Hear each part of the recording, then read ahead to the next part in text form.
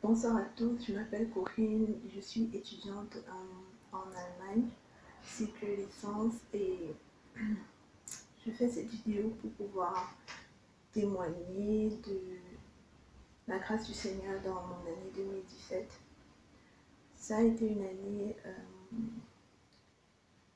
riche en défis, beaucoup de défis, mais sa grâce a surabondé. Et je voulais particulièrement parler d'un événement qui m'a marqué. Il y en a plusieurs. Il y a plusieurs témoignages que je pourrais faire. Mais je vais juste m'attarder sur un seul qui m'a vraiment challengé et m'a vraiment montré à quel point le Seigneur est amour. Alors il s'agit d'une situation qui a commencé il y a de cela un an. Mais cette année s'est avérée un peu plus difficile. Euh, J'étais menacée d'être rapatriée et sous le choc, je ne savais vraiment pas quoi faire, j'étais déstabilisée.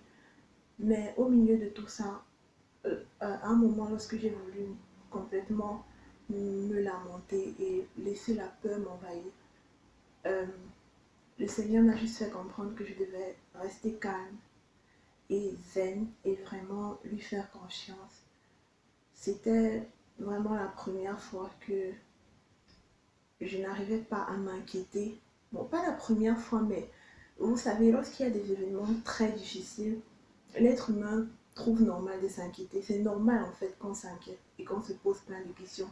Mais malgré cet événement qui était vraiment difficile à surmonter, je n'arrivais pas à m'inquiéter. Il m'a vraiment donné le calme et la tranquillité dont j'avais besoin pour m'occuper de ce dont j'avais à m'occuper sans toutefois être inquiète euh, par rapport à l'issue de cette situation. Et je me suis retrouvée en train même d'encourager les autres. C'est-à-dire, à me voir, on n'aurait vraiment pas dit que je passais par un moment très difficile.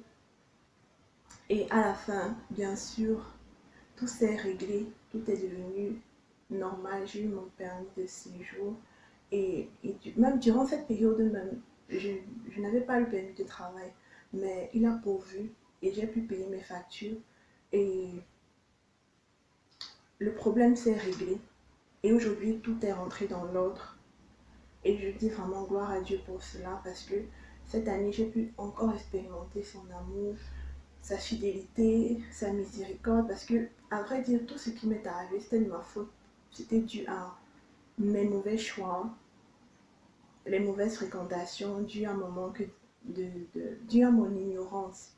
Mais au travers de tout cela, il m'a quand même montré que ce n'est pas parce que je fais des erreurs que ça change qui il est et ça change son amour pour moi. Je quitte cette année avec une certitude encore plus grande qu'il m'aime et que peu importe ce qui se passe, il demeure le même.